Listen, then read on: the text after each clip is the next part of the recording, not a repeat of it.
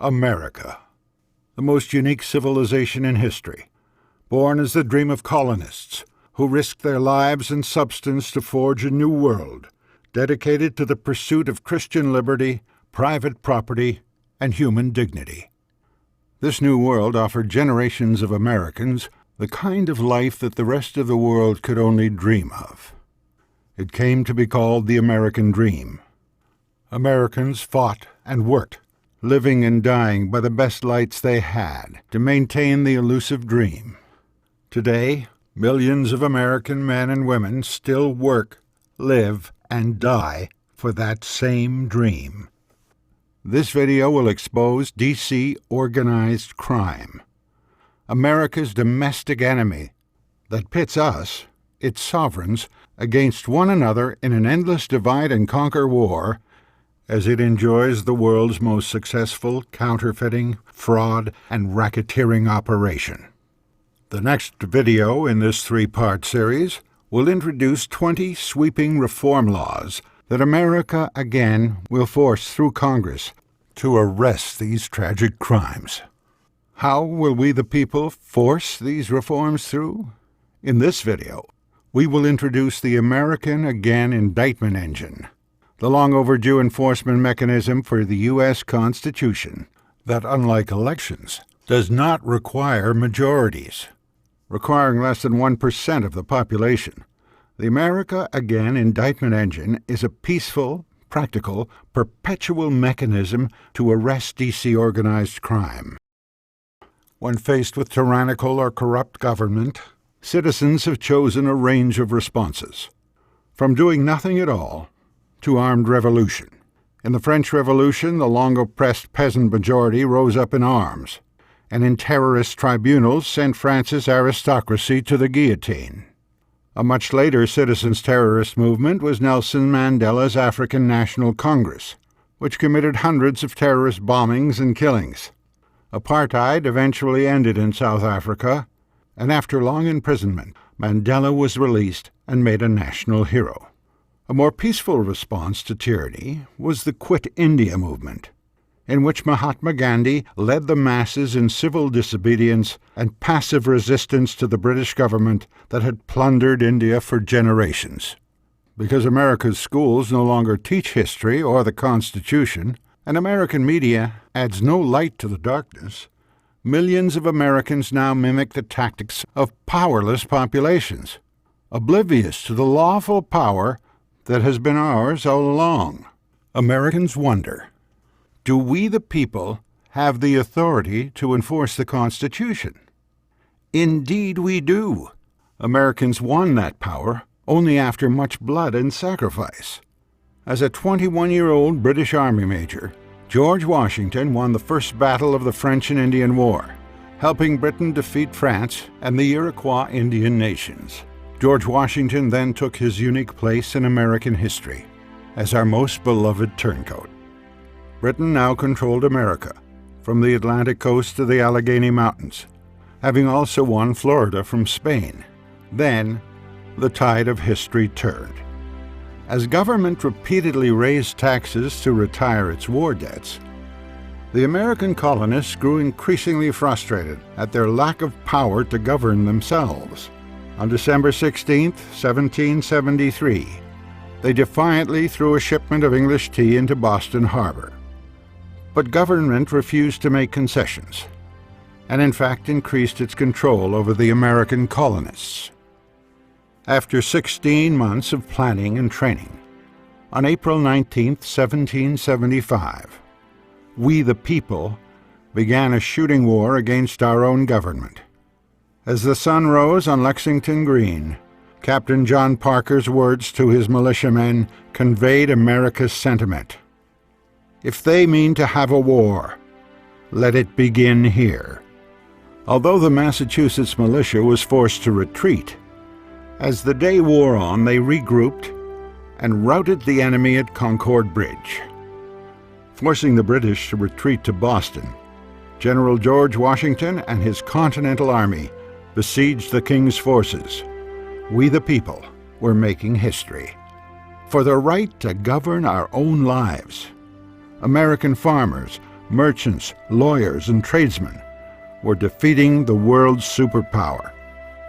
Sporadic skirmishes followed.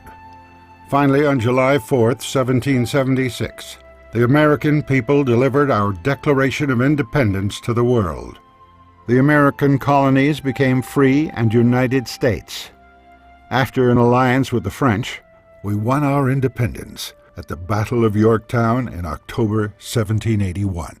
After 6 years operating as a loose alliance, the sovereign states finally ratified our Constitution, the longest surviving written constitution on earth, and history's only example of citizens through sovereign states giving birth and setting limits to a federal government.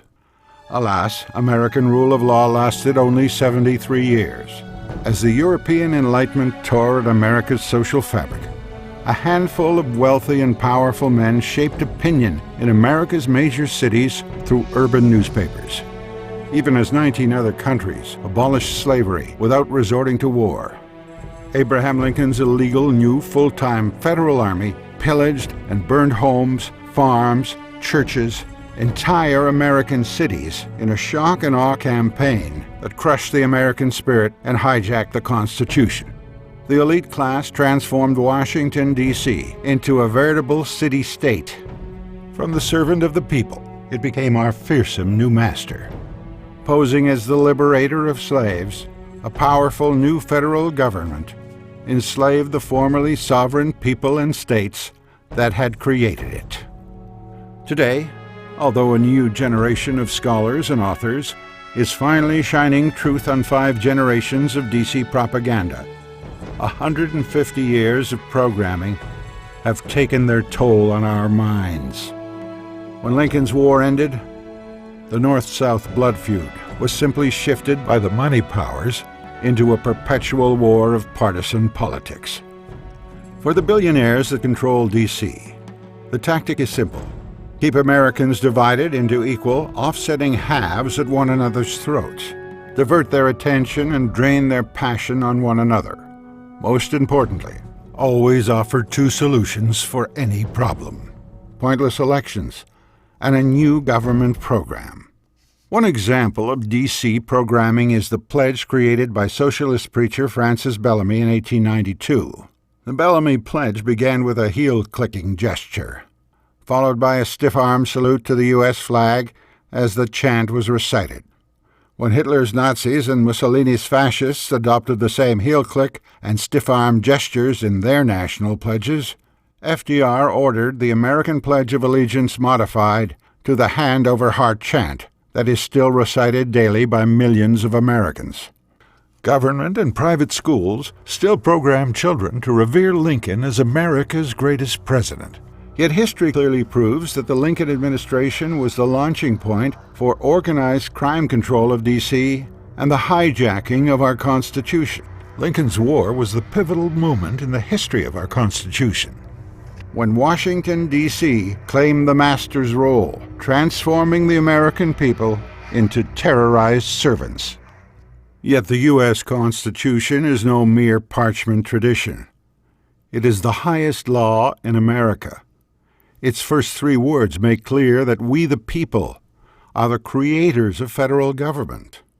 Popular sovereignty means that we the people are America's apex sovereigns, the highest level of American government. The next lower level of government is the sovereign states. Seen as a contract, the people in the states were the parties to the Constitution. Finally, the lowest level of the American government is the federal servant that we the people created, defined, and limited in our highest law. Every American attorney and judge must honor this law. Yet the media, Washington, D.C., our schools and federal courts teach precisely the opposite. The Founding Fathers were very clear. The American people are the ultimate power over government. The basis of our political system is the right of the people to make and to alter their constitutions of government. The Constitution is not an instrument for the government to restrain the people. It is an instrument for the people to restrain the government, lest it come to dominate our lives and interests. The Constitution was created by the people of the United States, composing the respective states, who alone had the right. The powers delegated by the Constitution to the federal government are few and defined. Those which remain in the state governments are numerous and indefinite. In case of a deliberate, palpable, and dangerous exercise of other powers not granted by the Constitution, the states who are parties thereto have the right and are duty-bound to interpose for arresting the progress of the evil. Legislators and judges alike are the servants of the people, have been created by the people, just as the people have created the Constitution. They hold only such power as the people have for the time being delegated to them. If these public servants disagree as to the amounts of power respectively delegated to them by the people under the Constitution, as a matter of course it should be the right of the people themselves to decide between them. Larry Kramer, the former dean of Stanford Law School, is a national authority on James Madison, father of the Constitution. His book, The People Themselves, makes clear that the American people are the highest authority in government. We must first lay claim to the Constitution ourselves, publicly repudiating justices who say that they, not we, possess ultimate authority to say what the Constitution means. We must refuse to be deflected by arguments that constitutional law is too complex or difficult for ordinary citizens. And above all, we must insist that the Supreme Court is our servant and not our master. The Supreme Court is not the highest authority in the land on constitutional law. We are. But exactly what crimes is Congress committing? Criminal count number 1 is counterfeiting. America's highest law has stipulated for 225 years that only gold and silver coin is lawful U.S. money. But as former law professor John Remington Graham explains in his book, Blood Money, the Civil War and the Federal Reserve, America's bloodiest war was a smokescreen for counterfeiting. The 37th Congress passed the Legal Tender Act of 1862 in open violation of the U.S. Constitution, and Lincoln immediately signed the lawless act. The D.C. printing press began churning out worthless paper that Congress forced Americans to accept in place of silver or gold. 5 years after the war ended, with countless American communities still in ruin, the U.S. Supreme Court ruled in Hepburn v. Griswold that paper was not lawful U.S. money. But to arrogantly prove their power over government, on the same day the Hepburn ruling was handed down, the banks had President Grant appoint 2 of their hand-picked puppets, Bradley and Strong, to the court. Within months, the court reversed itself, allowing Congress to resume its counterfeiting. These crimes have been pointed out by generations of whistleblowers. In 1884, America's foremost historian published an essay proving beyond a doubt that Congress and the Supreme Court were counterfeiting, that our founding fathers were adamantly opposed to paper ever being used as U.S. money. But then as now, the money power controlled media, and few Americans listened to Bancroft. What came next for America was a tragedy in 3 acts. The bankers' strategic plan to make Congress hand over its counterfeiting operations. Act 1 was the Panic of 1907, begun by banker J.P. Morgan and his allies, engineering a downturn in the stock market. Morgan then had President Teddy Roosevelt appoint him as the White House advisor on banking and finance, establishing Morgan's credibility as he published a false report that Knickerbocker Trust Company was insolvent. That report began a domino effect, causing an eventual 50% collapse of the stock market and closure of hundreds of banks throughout 1908. For Act 2, industrialist Nelson Aldrich took the stage in D.C. organized crime. With a business background in railroads and slave labor African mines and rubber plantations, and 25 years in Rhode Island machine politics, Aldrich also had family connections as father-in-law to John D. Rockefeller Jr. Thus, the Wall Street press was chillingly accurate in labeling the powerful U.S. Senator the general manager of the nation. After recruiting fellow industrialists, Senator Edward Vreeland of New York, to pass the Aldrich-Vreeland Act, the curtain rose on Act 3.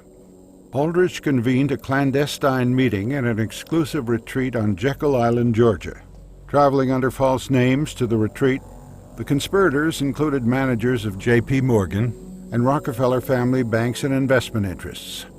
The Jekyll Island retreat produced the Federal Reserve Act of 1913, which Aldrich himself pushed through Congress. Supreme Court Justice Louis Brandeis published a book exposing the bankers, as George Bancroft had done a generation before.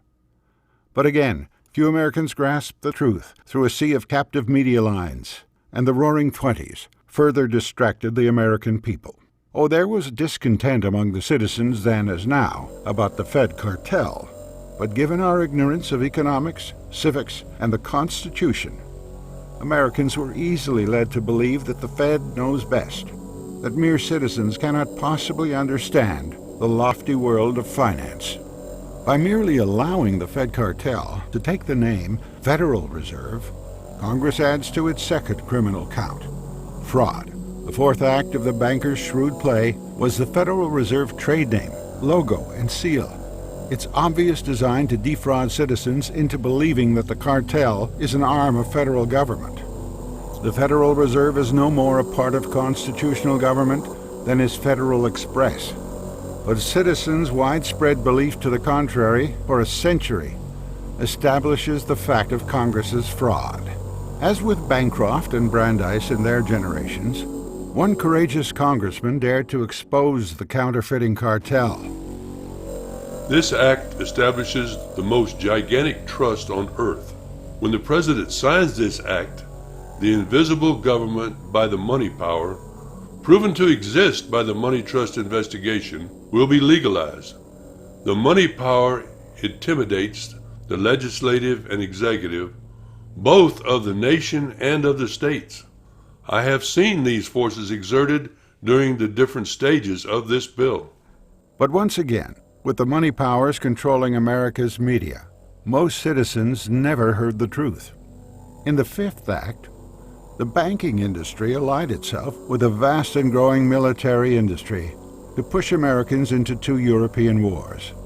As with the Bellamy Pledge, Norman Rockwell Art, and much more, the war industry's advertising convinced Americans that foreign wars were now every American's duty. Shocking images in American theaters of European destruction was enough to make Americans take sides, even to offer their own lives for a cause nowhere authorized in our Constitution. As the bankers used Lincoln's War as distraction, World War II allowed the Fed cartel to raise the curtain on the final act in its deadly play. Calling a conference at Mount Washington Resort in Bretton Woods, New Hampshire, using the name of the American people without our consent, the cartel left no choice for the 730 delegates from the 44 Allied powers but to accept the Bretton Woods Agreement. With their economies devastated, their cities in ruin, and no productive capacity with which to dig out, the delegates were forced to accept Washington, D.C.'s help, at a cost, of course. The cartel demanded that they tie their currencies to its Fed-branded paper U.S. dollar, with trade between Allied countries and all international loans now denominated in this new reserve currency, and with 35 Fed dollars equal to an ounce of gold. Now, the crime initiated by Congress in 1862 and outsourced to the Fed cartel in 1913 had captured hundreds of millions of desperate new victims around the world. There is no storyline from a tragic novel. It is the true story of history's largest financial crime, a massive fraud more copiously documented than any other crime on earth. Counterfeiting and fraud have corrosive effects on the morals of a people.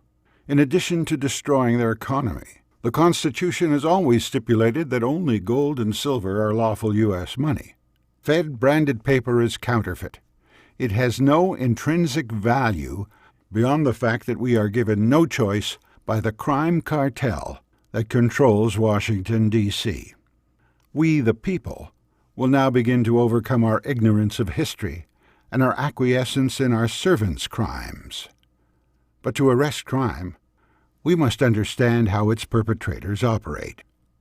In the late 1960s, criminologist Donald Cressy developed what he called the fraud triangle, explaining the roles played by opportunity, motivation, and rationalization in the criminal mind engaged in fraud. In his book Theft of the Nation, Dr. Cressy exposed a multi-generational alliance between the Italian mafia and federal, state, and city governments from coast to coast. As shocking as the book was in its time, Cressy omitted the largest organized crime operation on earth, the alliance of Washington, D.C. with the banking, military, oil, and dozens of other industries. The fraud triangle: opportunity, motivation, and rationalization. Although Washington, D.C. offers daily opportunity and motivation to defraud 300 million people, D.C. organized crime is better illustrated by a newer criminology model, Crow's Fraud Pentagon. This model recognizes two additional character traits found in every career politician: arrogance and competence. The actor must make convincing appeals to every audience, in every situation until he closes each deal. As with its multi-generational counterfeiting crime, massive fraud being perpetrated by Congress has been conclusively documented for decades in scholarly papers, blog articles, and enough books to fill a library. Americans now expect everything to be available on their mobile devices, yet settle for 19th century electoral theater and street demonstrations to deal with corrupt government.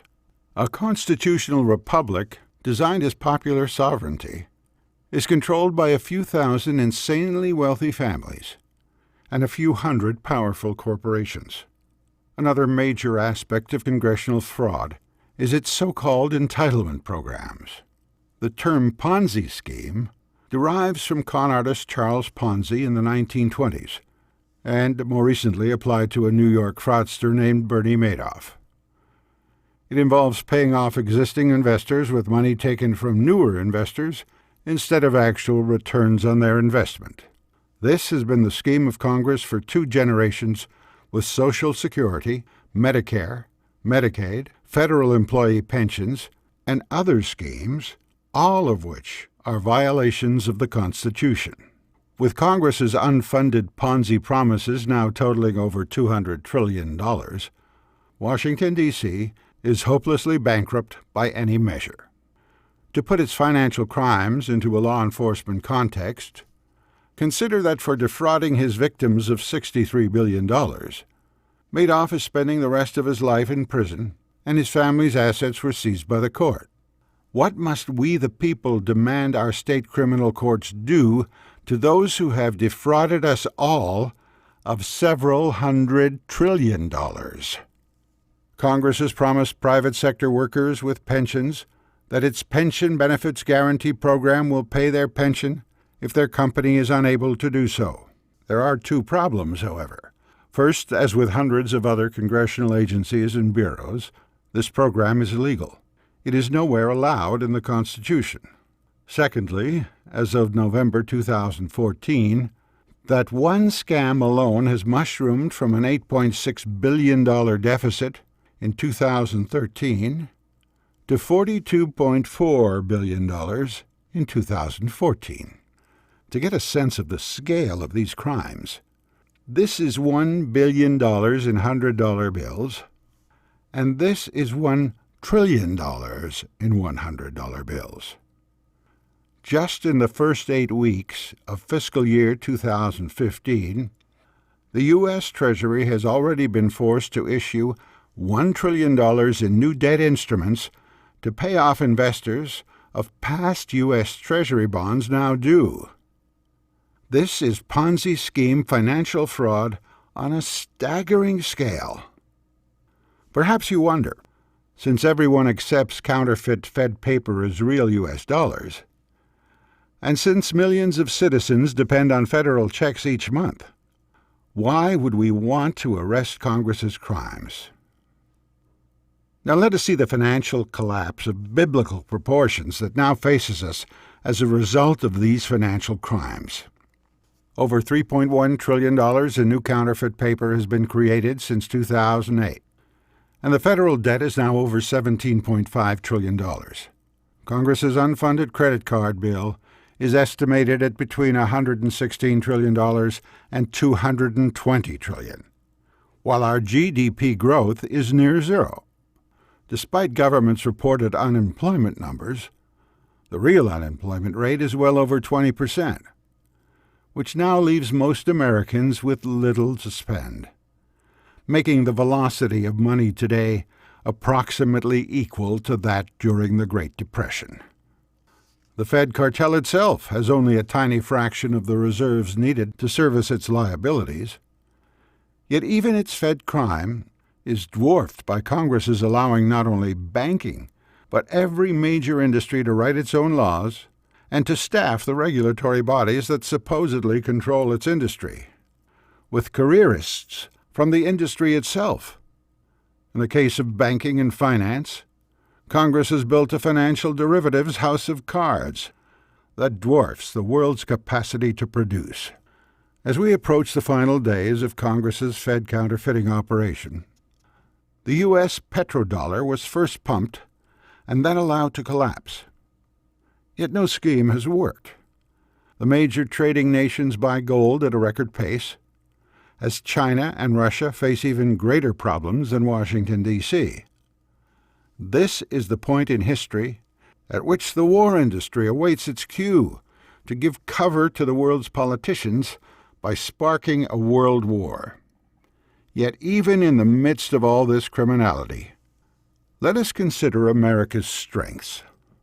Today, although wages are declining, we are as productive as ever, with the average American far outproducing the average Chinese worker.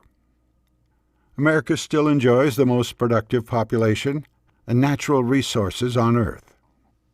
We the people can put an end to Congress's 152 years of counterfeiting, forcing it to return to the lawful money we stipulate in the Constitution.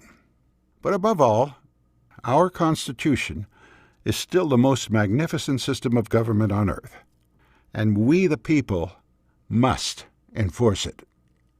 The third criminal count against Washington, D.C. is grand theft of state land and resources nowhere authorized to federal government. Prior to our present Constitution, the Continental Congress defined an American township as a square parcel of land 6 miles on a side. In Article 1, Section 8 of the U.S. Constitution, we the people stipulate that purely federal land will be only 2 things. First, a 10-mile square parcel of land, the District of Columbia to be the seat of federal government, an exclusive legislation realm of Congress.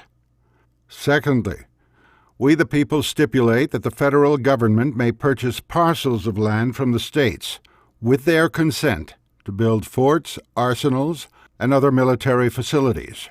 As we have seen, our federal servant massively increased its control of our lives and liberty in the 20th century. Americans in the western states resisted the crushing arrogance of a growing army of federal bureaucrats 4 decades ago, in a contest labeled the Sagebrush Rebellion. These citizens were no rebels, yet they failed to arrest D.C. organized crime because they failed to see past bureaucratic federal agencies to their masters in Congress. The federal courts diffused the Sagebrush Rebellion by employing simple fraud, citing only the first portion of Article 4, Section 3, Clause 2. The federal courts conveniently left out the last critical 5 words of that clause. As just discussed, we the people limit Congress's power of legislation to only 2 specific places, within the 10-mile square Washington, D.C., and within military land purchased from the states with their approval. In the final words of this clause, "We the people stipulate that nothing in the previous words can be construed against a state's claim on its own lands. As its sovereigns, our ignorance of the Constitution has cost us dearly.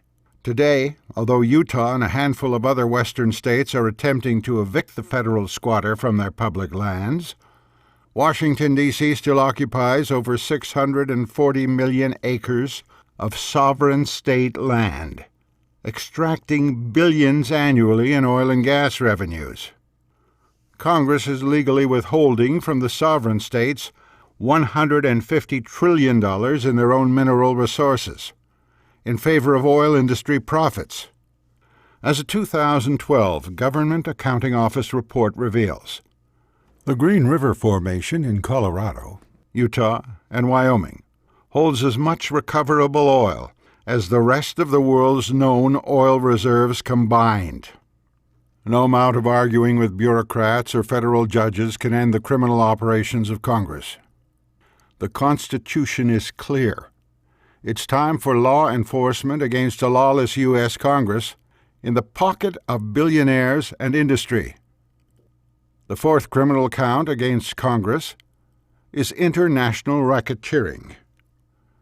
We have seen how the Fed cartel took over Congress's counterfeiting operation in 1913, foisting it on the world 30 years later in alliance with the military industry.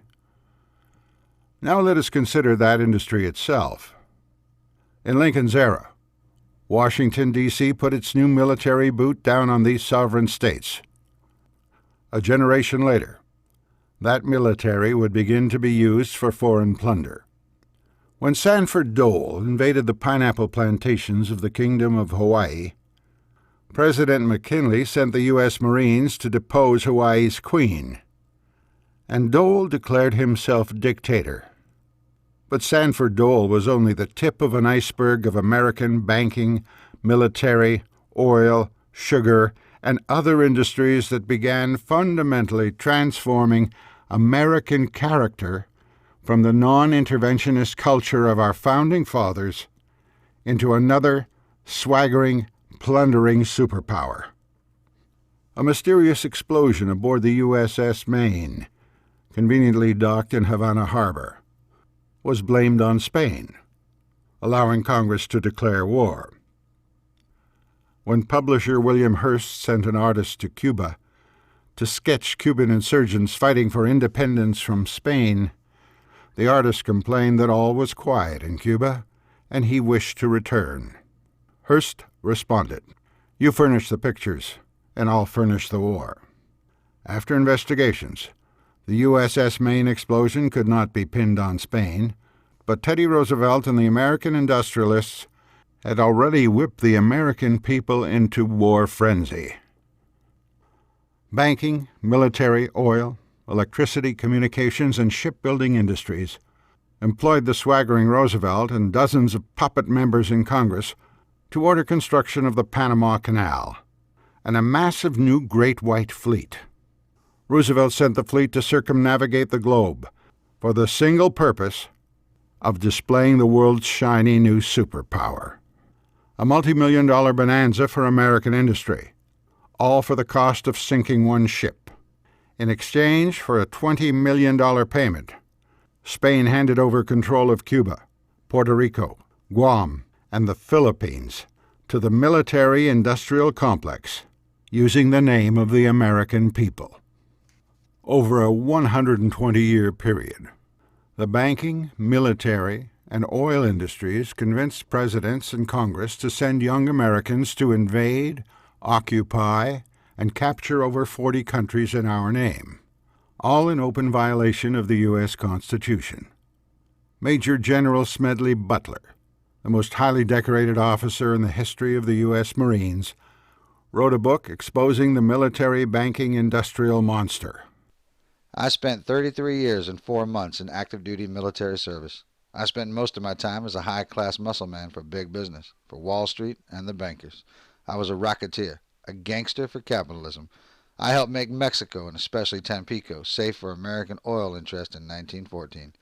I helped make Haiti and Cuba a decent place for the National City Bank boys to collect revenues in. I helped in the raping of a half a dozen Central American republics for the benefit of Wall Street. I helped purify Nicaragua for the International Banking House of Brown Brothers in 1902 to 1912. I brought light to the Dominican Republic for the American Sugar Interest in 1916. I helped make Honduras right for the American fruit companies in 1903. In China, in 1927, I helped see to it that Standard Oil went on its way unmolested. Looking back on it, I could have given Al Capone a few hints. The best he could do was operate his racket in 3 districts. I operated on 3 continents. The old pattern was repeated. An expert of impeccable credentials wrote a book, hoping to wake the American people, and in this case to keep us out of Europe's Second War. But again, a whistleblower's message was drowned out by propaganda in schools, newspapers, and movie theaters. In the midst of the Great Depression, FDR considered war to be the most convenient exit strategy. In a dozen books, it is now established beyond debate that FDR not only knew in advance, but virtually invited the Japanese to attack Pearl Harbor. His mission? Anger the American people, and create a constitutional pretense to enter Europe's war. The payoff would be ending the Great Depression with new jobs and billions of dollars in military contracts. As we have seen, the Fed cartel had far larger plans for that war. In his 1961 presidential farewell address, former 5-star General Dwight Eisenhower coined the term military-industrial complex, warning that it would destroy our form of government, little realizing what we have just seen, that America's constitutional government had been hijacked a century before. During Eisenhower's administration, racketeers in Congress began enacting, enabling, and funding a propaganda and fear campaign known as the Cold War. As with today's war on terror, the open-ended, nebulous enemy was a word: communism. Had Americans been taught history, they would have known that in fact 8 of the 10 planks of Marx's 1848 Communist Manifesto were U.S. federal policy by Woodrow Wilson's administration in 1913. 2 generations before the war on communism began, Washington, D.C. already met Karl Marx's definition of communism. For D.C. organized crime, fear proved a powerful tool. After developing and detonating the only atomic bombs ever used against humans, the Soviet Union was allowed to steal sufficient military secrets to give the appearance of a fight to the death. Showing an occasional atomic bomb on theater and television screens, government media and schools trained Americans of every age to live in daily terror of our nebulous enemy, communism. In truth, the crumbling Soviet Republic was unable to even feed its people. Raised on sports and pep rallies, America's competitive spirit gave full flag-waving support to the most massive industry in history, the creature that President Eisenhower warned us against, until it now dwarfs all other major military forces on Earth combined. As with Congress's crimes of counterfeiting and fraud, Congress's international racketeering has been exhaustively documented in enough books to fill a large home library. Far beyond Hawaiian pineapples, a third major industry formed the core of D.C. organized crime: oil. Alongside the banking and military industries, this troika put CIA boots on the ground to spark Middle East wars at will, generating billions in profits for stockholders and a handful of ruthless families. Congress's 5th criminal count is domestic racketeering.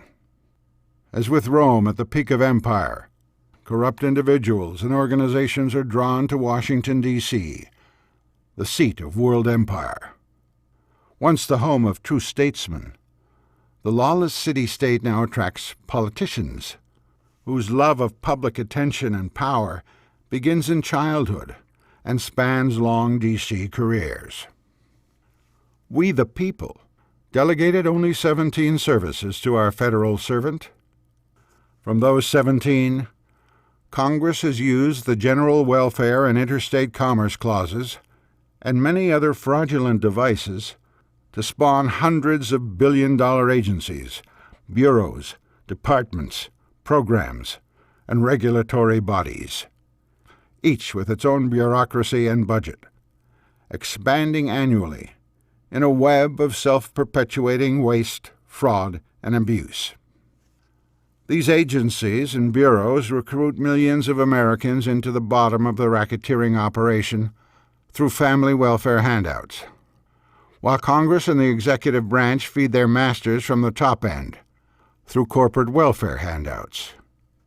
Industry, bureaucracy, and politicians coexist in fascist alliance, feeding off the productive citizens while breeding generations of parasitic citizens, all the while convincing taxpayers that our only remedy is more electoral politics.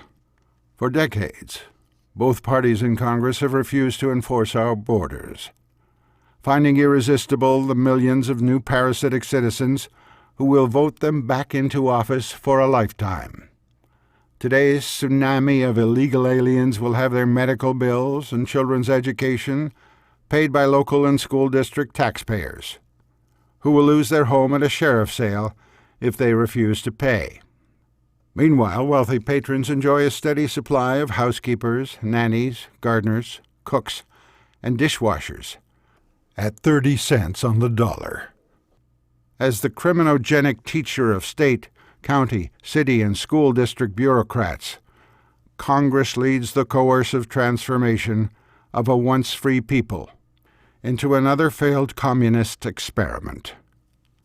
This powerful combination of industries has controlled Congress and has sucked the lifeblood out of the American taxpayer and small business for over a century, joined by a ballooning welfare state that now threatens total collapse of the American economy. Congress's sixth criminal count is extortion. No power, foreign or domestic, instills as much fear in the taxpayer's heart as Congress's state-sponsored terror organization. Congress's IRS operation destroys countless American lives, marriages, and businesses each year. After leaving the agency in disgust, the first and last official historian of the IRS wrote a book exposing its systematic corruption. But as with other whistleblower books, Shelley Davis's book could not outweigh government propaganda and terror. Now Congress plans to carry racketeering and extortion to a new level. And be assured, the GOP is only interested in tweaking the massive new racketeering scam for its own uses rather than stopping it. The seventh count against Congress is its daily violations of the Fourth Amendment. As with other crimes, there is a veritable library of well-documented books detailing how our federal servants read our emails, record and store our telephone conversations, track our travels and purchases, and more, all in total violation of our highest law. Now more intrusive than agents in the former Soviet Union, the swarm of federal alphabet agencies has transformed America into an Orwellian police state. Here again is the tragic pattern. For a decade, Fox News analyst Judge Andrew Napolitano has written and spoken passionately to Americans about Washington, D.C.'s criminal infringements of our liberty. But Americans have no way to arrest the crimes. Ending this massive organized crime is the mission of AmericaAgain, to recruit, train, support, and organize the American people to begin enforcing the U.S. Constitution against the criminal element in the U.S. Congress. Let us remember the hierarchy of American government. We, the people, will pursue only our own members of Congress in our own state criminal courts, rather than attempt to stop every criminal in all three branches and the bureaucratic agencies. We, the people, will oversee law enforcement on our terms, in our jurisdiction, where the perpetrators have their official residency. In deciding how best to indict our members of Congress, we review basic civics. Before our present Constitution, we the people and our sovereign states had courts of law. Then, on our behalf, the sovereign states, as parties to the Constitution, created the three branches of our federal servant government, including the U.S. Supreme Court. In Article 3, we the people then authorized Congress to create inferior courts of its own, to resolve matters purely federal. But since all three branches of our federal servant have long been co-conspirators in organized crime, we dismiss the idea of the inferior federal courts. It would be ludicrous to look to the servants of our criminal servants to arrest their crimes. When victims in a state bring a criminal complaint to their state grand jury against another resident of their state, federal courts have no jurisdiction. If the defendant happens to be a member of Congress, the federal courts also have a conflict of interests. This brings us back to the higher courts, those of our sovereign states. In the Supremacy Clause of the Constitution, we the people stipulate that the Constitution is America's supreme law, and the judges of every state shall be bound by it. This means not only that all judges will obey the Constitution, it also means they will enforce it. When one perpetrator of infamous crimes is the U.S. Supreme Court, that fact disqualifies it from adjudicating the matter. This operative popular sovereignty was offered by Alexander Hamilton in the 28th Federalist as a guarantee to the delegates of New York to entice them to ratify the new Constitution. Hamilton warranted that we the people can employ our state servants to arrest our lawless federal ones, and our federal servants to check lawlessness in our state servants. In all cases, Hamilton assured us, we the people would preponderate. This is the lawful power that we the people have always possessed but never exercised. Now, we must begin a new way of life. Responsible sovereigns enforcing our highest law at last.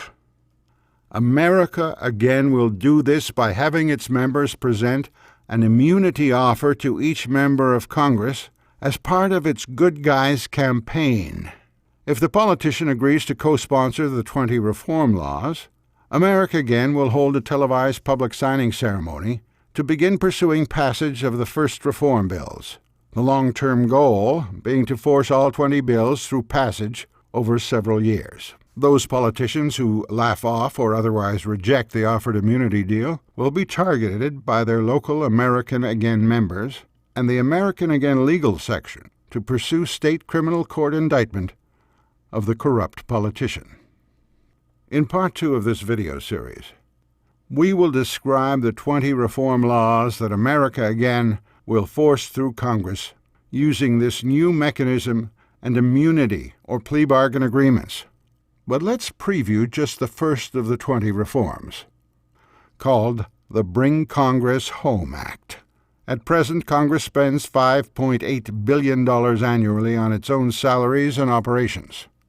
Average congressional salary is 350% of U.S. median household income.